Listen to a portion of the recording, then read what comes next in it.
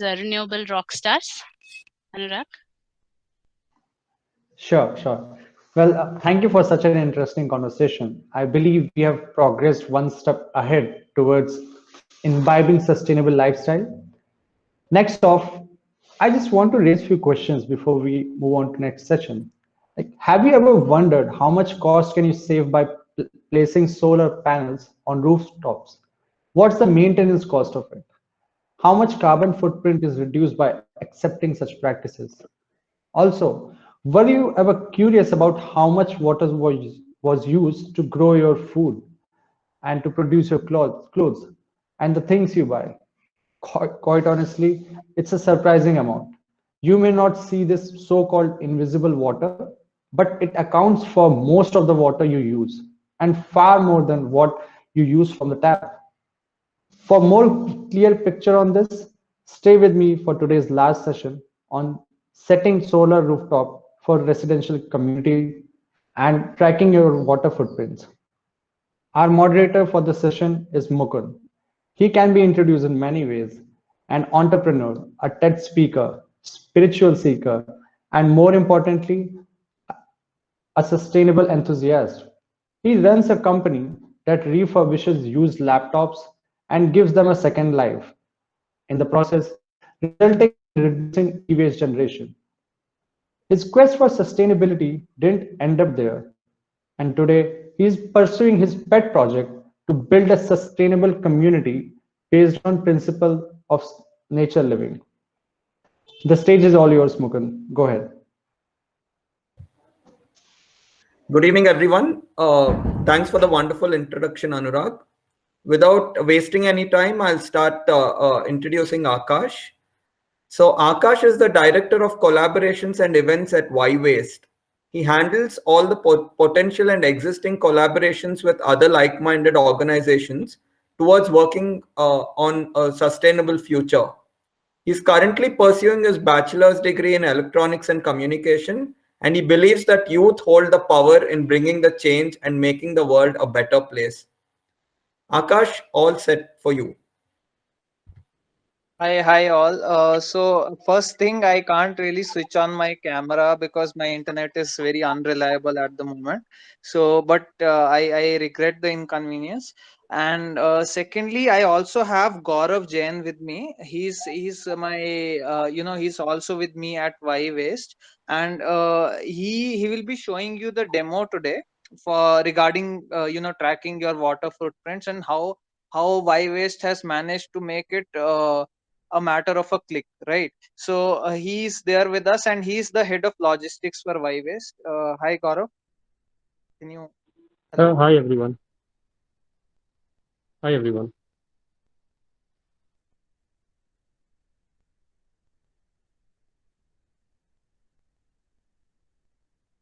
Mukund, do we go ahead with the demo? Hello. The stage is all set for you, Akash and Gaurav. Okay. Thank you.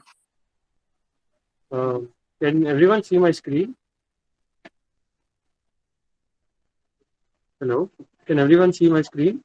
Yeah, Yes. we see your mobile screen. Okay. Yeah. So I'll just show you the demo we have.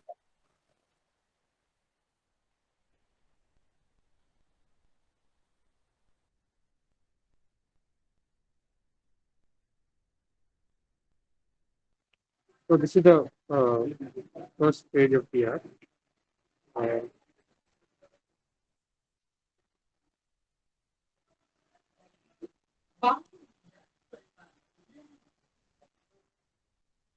So as you can see,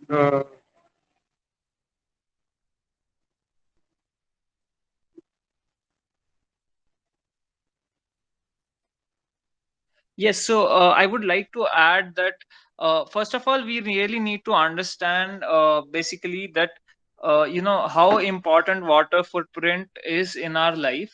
So we hear a lot of talk about carbon footprint, and there is a lot of there is a lot of talk plus there's a lot of action around it, wherein corporates are trying their best to reduce their carbon footprints. Even the government is paying a lot of attention to it. But then there is water footprint, and water footprint is sometimes, I wouldn't say every time, but sometimes it is a little bit ignored, because what happens is footprint is a hidden cost in terms of like it's not directly visible to you.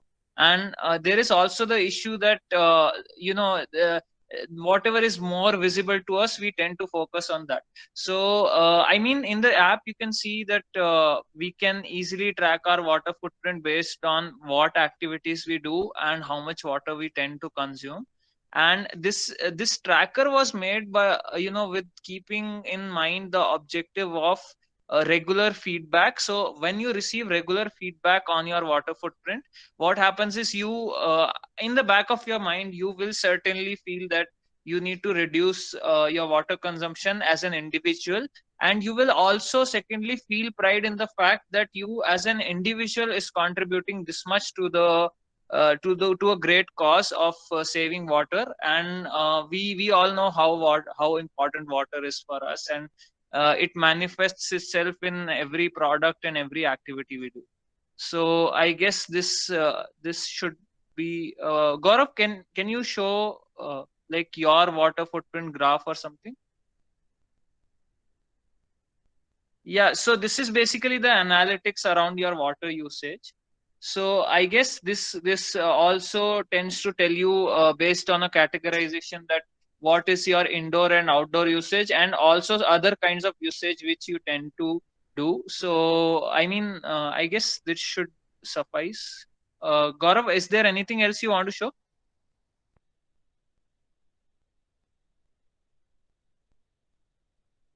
Okay, yeah. So we have Gaurav, can you open that? Yeah. So we also have a blog and a news feed here, wherein you can check out the latest articles and the latest events which are being done with this, in with respect to this cause.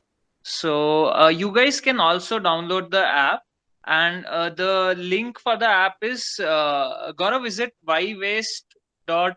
Can you please help app.ywaste.io, right? Yeah, I'll show it on the page. Right. Just show how to install the app. Can you text it in the chat box so people will have it? So I guess it's better to install it through the Play Store itself. The link is just if you want to click and go to it. But everyone these days, mostly everyone has an Android, and we can just go to the Play Store and download it.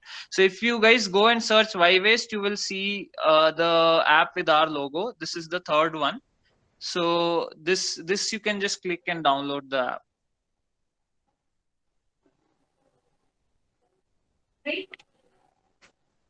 Any questions around the demo?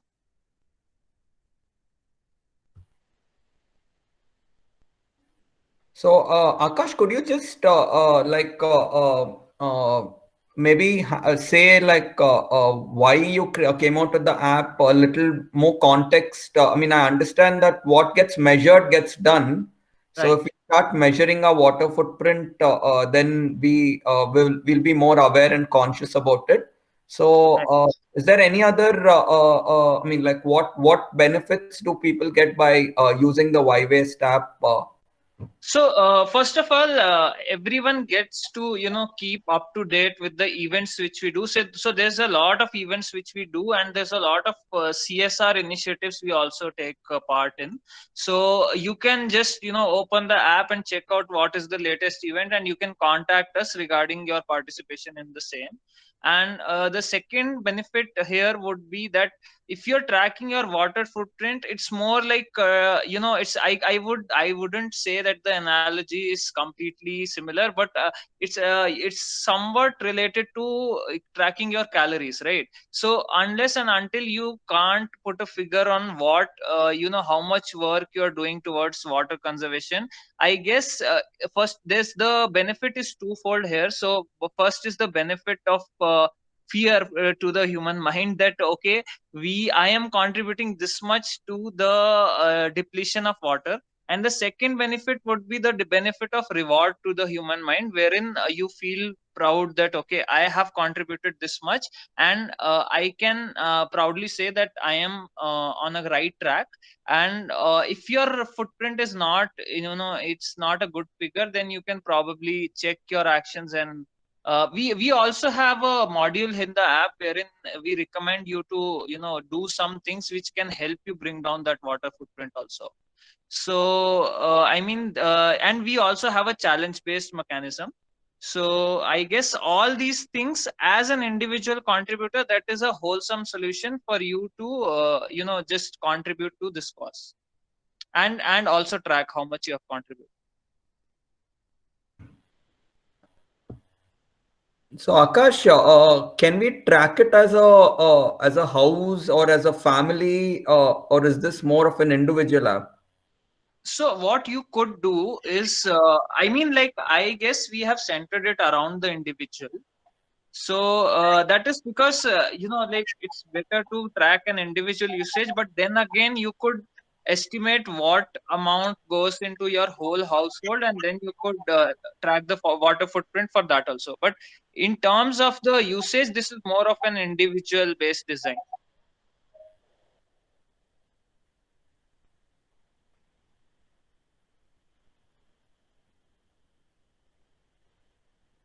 For the benefit of the viewers, can you like probably speak a little bit about water management, water conservation, water harvesting? I mean, there's so many terms that we hear today, right?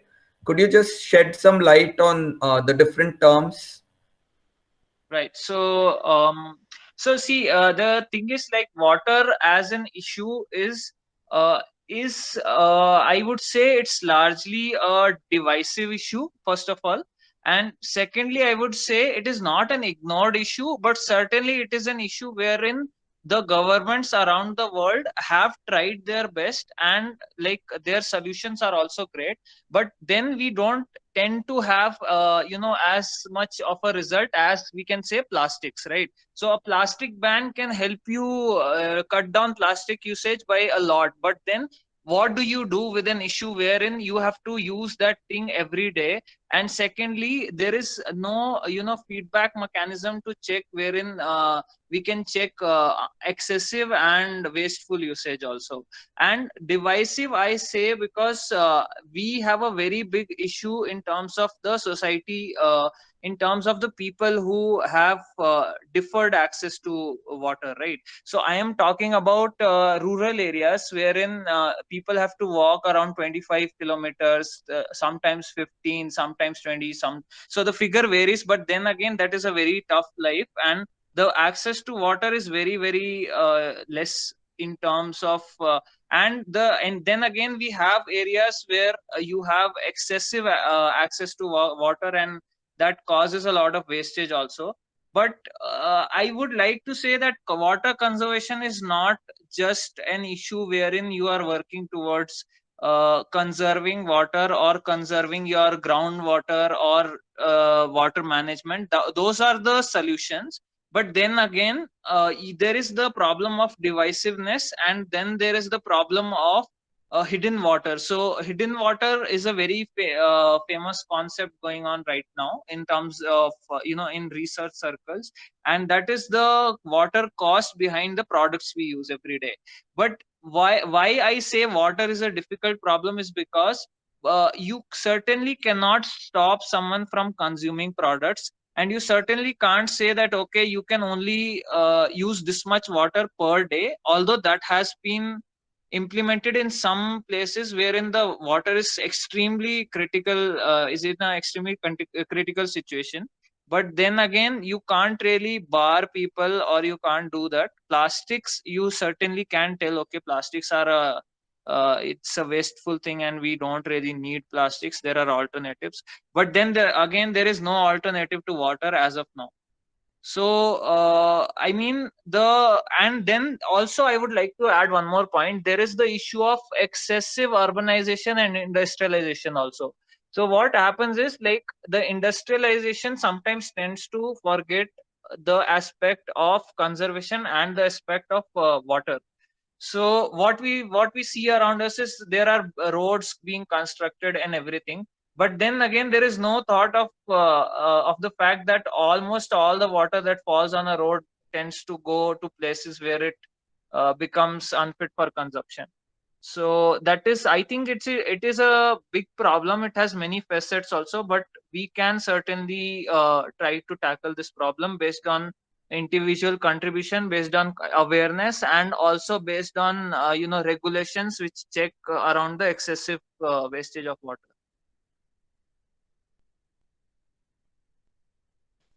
Could you shed some light on water harvesting? I mean, we hear about grey water and black water harvesting.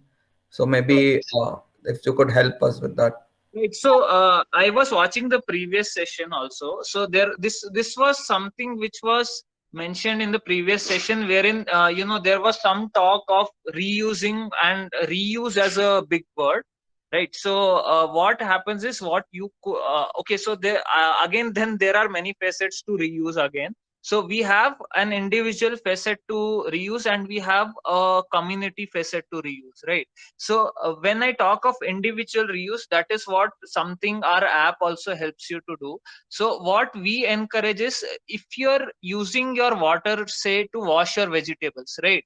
So what generally happens is you could employ that water somewhere else, but then we have gray water and black water. So certainly black water is very constrained in terms of usage, because it is very unfit certainly unfit for consumption, and certainly unfit for your gardening, or even I mean, most of the stuff it could be unfit. So but then you have gray water. Gray water can certainly be reused very efficiently. So we could have cases wherein you don't throw away water which you used for your vegetables. You could probably use that for some other purpose. And say, I can't really think of any thing right now. Let me give a thought on this. So see, it's say okay, great. So you have some water which you used to wash your vegetables, right? But generally speaking, vegetables don't have too much pollutants on them, since they're already mostly cleaned. And that water could go, I don't know, you could employ it to your garden or something, or you could do that. But then there is a lot of talk around gray water. So black water generally we don't tend to focus, but gray water is a very big potential for reuse. Then we have community reuse, wherein there was talk of rainwater harvesting earlier, also in the earlier session. So rainwater harvesting is one way of community reuse. Then again, we could have cases wherein a community decides that as a collective community, you decide that, okay, this much quantity of water we have to save by this year, and we will certainly make sure that whatever water falls in our area, that gets employed in other things, in other mundane activities like cleaning your car and all that. So I mean, that is what I could count as a community reuse. Thanks, Akash. Any questions from the audience which you would like Akash to address?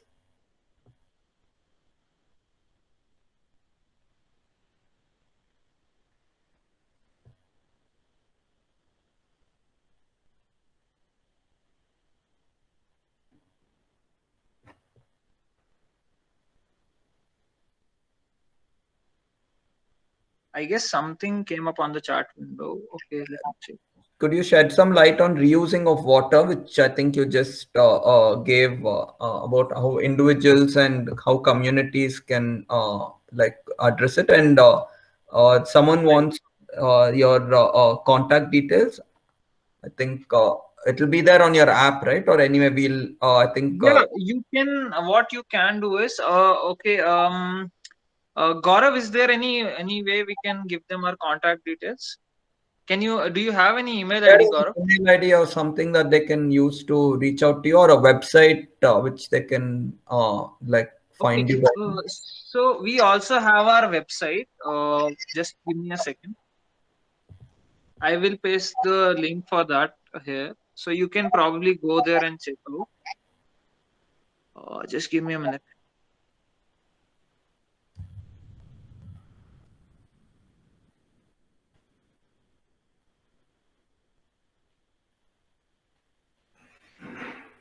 Yeah. So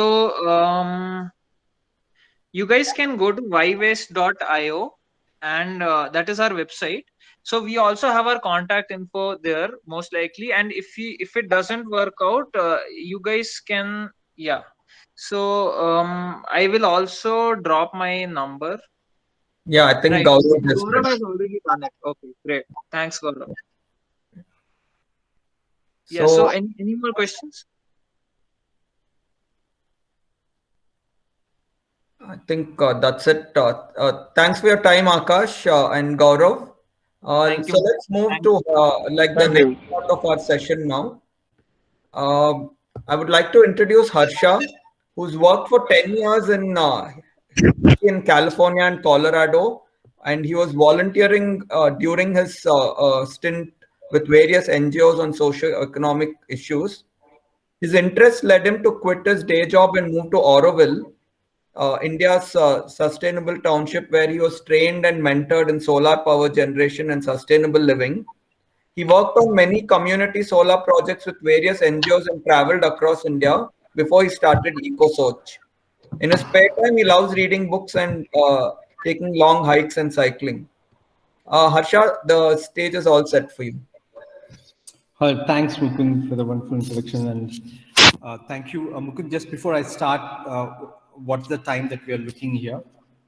We have around 20 minutes, including your talking and the Q&A. Okay.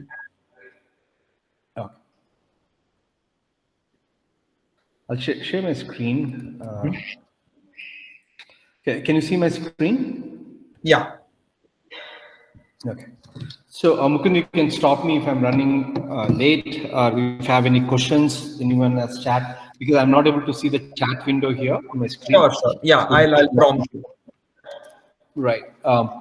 So I think the talk is on the solar. Just before I go, I think I would like to give a brief about ourselves. As Mukund said, started from Auroville. We've been very active in Bangalore and especially in Karnataka. We have now done around 400 plus systems of solar rooftops of various types and sizes. Our focus is residentials, apartments, and commercial buildings as well. If you are in Bangalore, chances are that you might know us here. These are a few of the apartment complexes that we have worked in Bangalore. I think we have the highest number of installations in the apartment community in Bangalore today. We have worked in various villa communities, different sizes, different topographies. So a lot of rich experience that our team has built over time. So what I talk today is coming primarily from our experience, so to share it with you. And of course, if you have any questions on it, please feel free to stop me or ask any questions.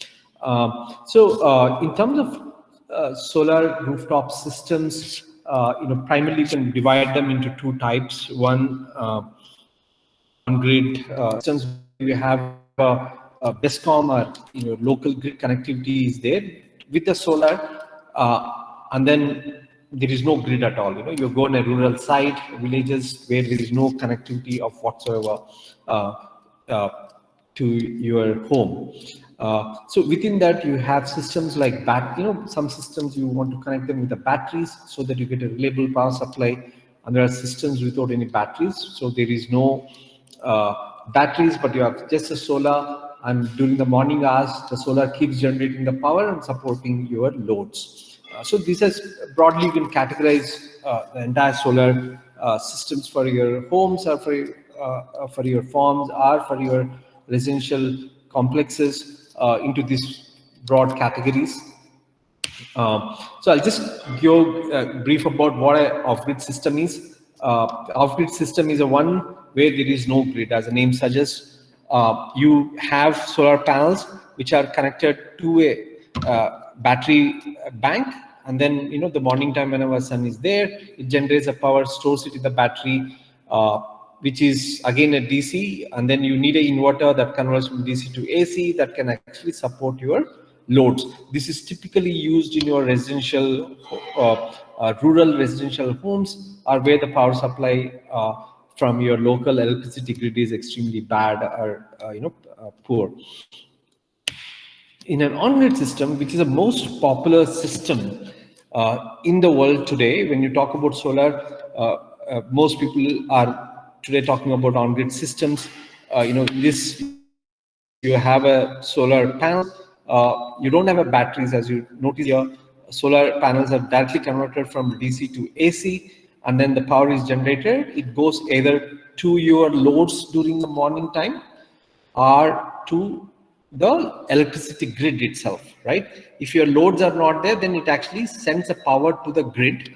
And when it goes, you're giving the free power to the government, and there is no reason why you need to give free power anyway. So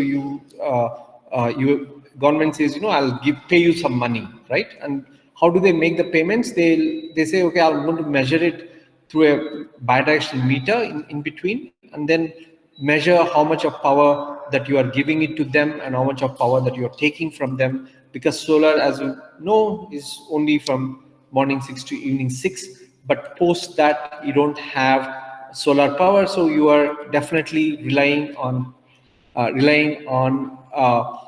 grid power supply to run your loads, right? Solar is not also there when there is a cloudy time, you don't get much of a sunlight, so again your generation goes down. Again, you are dependent on your local electricity grid to support your loads. So anything that you take from the loads, this bidirectional meter that is installed by your local electricity grid will measure it based on the policies of the state. They will either make your payment or they will ask you to pay some amount for any extra energy that you have taken from DESCOM. So here, one of the drawbacks is, as I said, there is no batteries. Okay, it only generates the power. It has to be either consumed immediately in the morning time, or it has to be sent out to the grid in the morning time, right? It doesn't have any backup system. So the hybrid, as the name suggests, it is a hybrid of both off-grid and on-grid systems. Here you have a batteries, where the power is stored in the batteries in the morning time.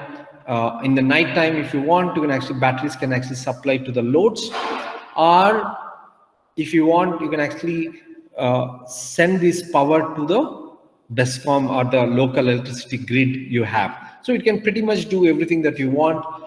Today, the systems that are available in the market, you can you can run your entire home completely with the solar. Earlier people used to think solar is only there to run your homes, run your lights and fans, but today you can actually pretty much run everything. I mean, I have a system where we are even running a elevator, the lifts, through solar and the batteries. So they don't have any connectivity to the grid at all. So you can do with these kind of systems. The fourth one, which is interesting, we have a lot of talk on the farmlands and stuff. Today, the farmlands actually use the DG power, or because government does not give them the power during the morning time. If they give in the night time, usually it's like for short time. So you actually, today, we have really, really good pumps. We have pumps that are even today running for more than 15 years. They're still running. And there is no investment whatsoever from the customers. And you can actually run these pumps through solar and without any requirement of power supply from your electricity grid at all, right? And add your rainwater harvesting to this, you actually get as a time goes, the level of water in your water table goes up, the amount of water that you can generate from your existing plant itself would be much higher. So these solutions are available also for you. So just to give you how the solar generation works, I hope everyone can see my screen. Mukund, are you able to see my screen? We can see it, yeah. So I'm just sharing you a video, how the solar generation is there, because solar generation, many people think that it generates from morning to evening continuously, but that's not true. Solar has its own limitations. These panels work through photovoltaic effect. You need a photons that are falling on the solar panels. That's when it converts it pops out the electrons from this semiconductor substance, and that those electrons literally are your electricity, right? So expectation is that it should give constantly, as long as sunlight is there, it should give a same amount of power, but that's not true, because the solar panels generate maximum power when sun is actually perpendicular, when there are no shadows whatsoever on the panels, and the panels are absolutely clean. So if you take that, I just want to give a demo of how these generations would be. This is, we are looking at, what you see is like panels on the one of the roofs, and as the time goes by, you can actually see how the generation comes.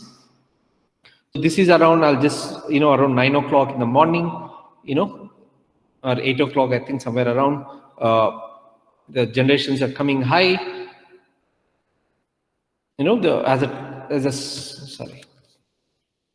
Sorry, I have to replay this. So as the time goes by, the generation keeps on increasing, because the sun, as it becomes perpendicular to the panels, the generation increases, every minute, right? And then at around 11 o'clock or 12 o'clock, the generation stops, it starts falling down. Meanwhile, at this particular site where this video is being shot, you also have shadow effects, right? A lot of people think that shadows may not affect that much and you can put solar. That's not true. Shadows affect quite as significant. If you look at these panels, they are actually measured in wattages, and then if you can see above the panels without the shadow are generating 187 watt, whether the panel with the shadow is generating 25 watts. So you are per hour, Harsha? These are the power, right? It's a power.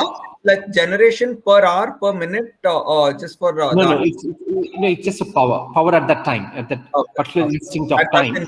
Okay. At instant, it's a power. So the power keeps varying, and then you have these shadows as they kick in. You actually see that panel generations going lower and lower. So it's very important where you keep the panels.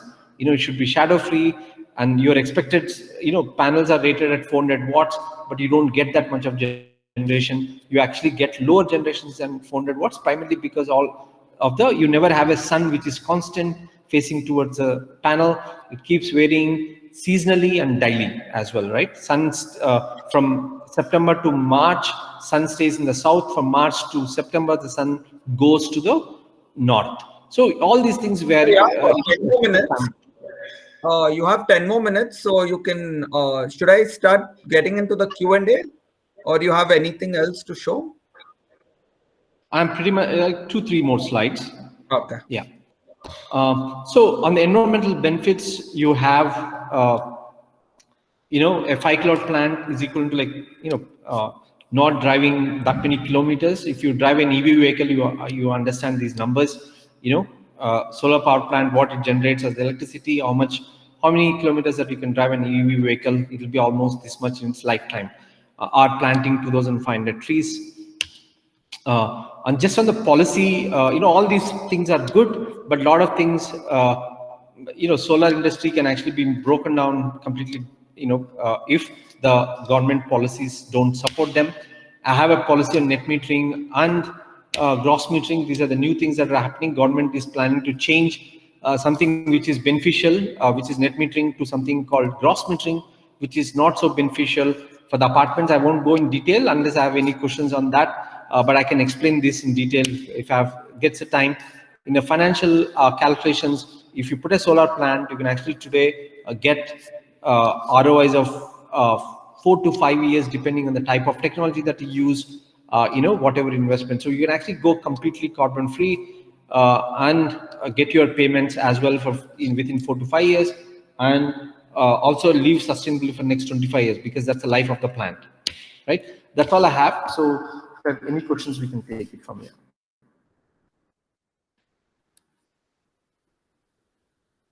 So one question which has come up is, solar energy has been there for a while now, yet the percentage of electricity generation has been very low. What are the challenges that you face to get people to shift to solar power, and how to overcome it? Right. See, I think good question.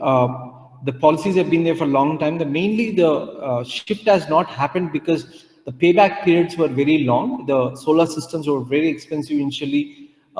Second thing is the awareness was not there. Now both you have awareness as well as the costs have come down.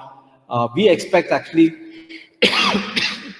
sorry, the solar to take off. Unfortunately, the government has actually set up a policies on the rooftop. I mean, I'm talking only about the rooftop, not necessarily in the ground mounted systems. The policies have been little kind of disasters in last few months, and they're going to change the policy after March. So that has actually has some effect on the solar intake going forward.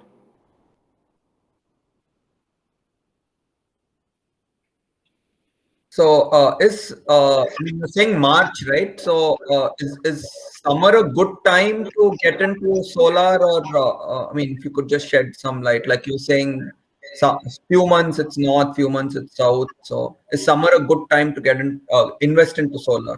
No, yeah, I mean, I guess it is never a wrong time actually to invest in solar. You can actually invest. Solar generations go, there is only 25% variation in generation between month to month. The least possible month might be generating 3 units. The highest capacity generations might actually be generating around 5.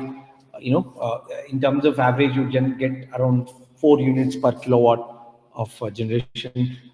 So even if you miss the summer, you can also always invest even in the winter time, because winter time you're actually generating the power as well. The only thing which I'll add, Mukund, is that policies are changing now. If you are on the verge of going for a system for your community or anything, you have only 15 days window to go with the policy called net metering. I won't go into the details, but that policy would have a faster ROIs compared to gross metering, which has got like, from 5 years to 15 years of ROIs. So 15 days is there. If you are on the verge of making a decision, please by all means take this opportunity and do apply for solar. We never know. You need to get the permission from the BESCOM. If you can you get 6 months time to implement the project. So, could you just shed some light on this gross metering or versus net metering quickly? I mean, if not too detailed. Yeah. So just to, in a quick note, net metering means, you are generating the power from solar, and you are also consuming the power from BESCOM. So in a net metering, what they do is they subtract the total amount of energy that you have taken from BESCOM minus the total amount of energy that you have generated from solar. Only the difference amount, you need to make the payment, or they will pay you some money, right? So you are allowed to self-consume solar within your building, and you don't have to pay, and they will adjust in the BESCOM's total bill. So essentially the payback, per unit, by generating solar in a net metering policy, you are essentially saving for every unit of energy, you're saving almost 8.93 rupees today, for example, in Karnataka, and this changes in Maharashtra to 12 rupees or so. If you look at gross metering says you don't do any adjustments of your BESCOM bill or your local grid electricity bill and your solar generation. They will say, I'll just pay you 2.50 rupees for every unit of generation from solar. And you have to pay your regular electricity bill as it is. So your paybacks there per unit, government is saying I will calculate as 2.50 rupees is a unit money that I'll pay you. Whereas in the net metering, they're paying you indirectly 8.93 rupees, right? So you are literally losing almost like 6.5 rupees per unit moving from net metering to gross metering.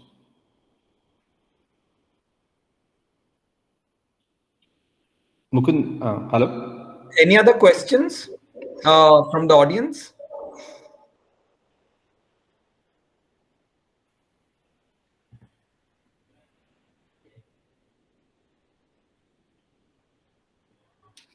Okay. Thanks, Harsha. Thanks for your time and giving us your valuable inputs on solar. And for anyone who's like on the fence, I think now is a good time to get into it before the gross metering regime sets in. So thanks, everyone. Thanks, Harsha. Thank you. Well, thank you, Ashu sir, for such an informational demo, especially the shadow effect concept. That was something new for me. And Akash, personally speaking, I really like the user interface that you and your team have developed for your application. So, okay, folks, this brings us to the end of today's event. Thank you so much to all our sustainability enthusiasts and our speakers for being here and sharing your valuable insights and all the information with us. I hope all of you found this event to be informative and helpful, and I hope most of your questions were answered. But if we couldn't get to your questions as a result of time constraints, please be assured that we will definitely address all your queries via email. We also hope you can reach out to us at AdQuest with any questions or doubts you may have regarding sustainable living. We are, after all, your one-stop for all sustainable solutions. Thank you, everyone, and hope you have a great weekend. Thank you so much for joining us. Thanks, Anurag.